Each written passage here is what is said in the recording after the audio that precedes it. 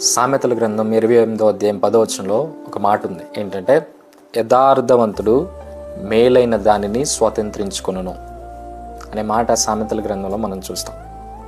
అయితే ఒక మెకానిక్ ఉన్నాడంట, ఆయన పేరు ప్రసన్న కుమార్.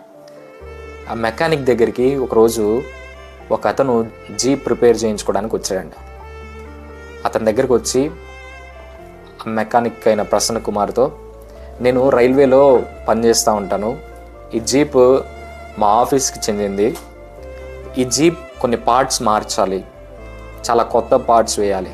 అయితే నువ్వేం చేయాలంటే మార్చాల్సినవన్నీ మార్చి ఇంకా ఎక్కువ మార్చినట్టు బిల్లు రాయి, దానిలో నీకు సగం నాకు సగం అన్నాడంట. అయితే ప్రసన్న కుమార్, లేదండి నేను అలా చేయలేను, నేను యేసుప్రభుని నమ్ముకున్నాను, నేను అలా చేయలేను అన్నాడంట. భలేవాడు అయ్యా, నీకు ఎంత జీతం ఇస్తారు ఇక్కడ అంటే, ప్రసన్న కుమార్, నాకు 10,000 వస్తాయి, కానీ నాకు ఆ 10,000 చాలు అన్నాడంట.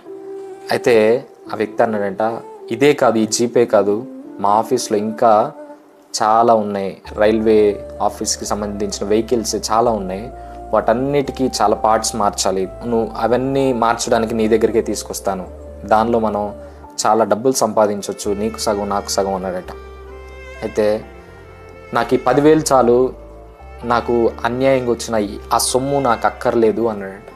అని మీరు నా టైం వేస్ట్ చేస్తున్నారు, త్వరగా మీ జీబీ ఇక్కడ నుంచి తీసుకెళ్ళండి, బయటకు వెళ్ళిపోండి అన్నాడట. అయితే ఆ వ్యక్తి లేలాండ్ కంపెనీ మేనేజర్ అంట. ఆ మేనేజర్ అంటున్నాడంట, నీలాంటి వాళ్ళ కోసమే నేను వెతుకుతున్నాను, నీలాంటి నమ్మకమైన వాళ్ళ కోసమే నేను వెతుకుతున్నాను.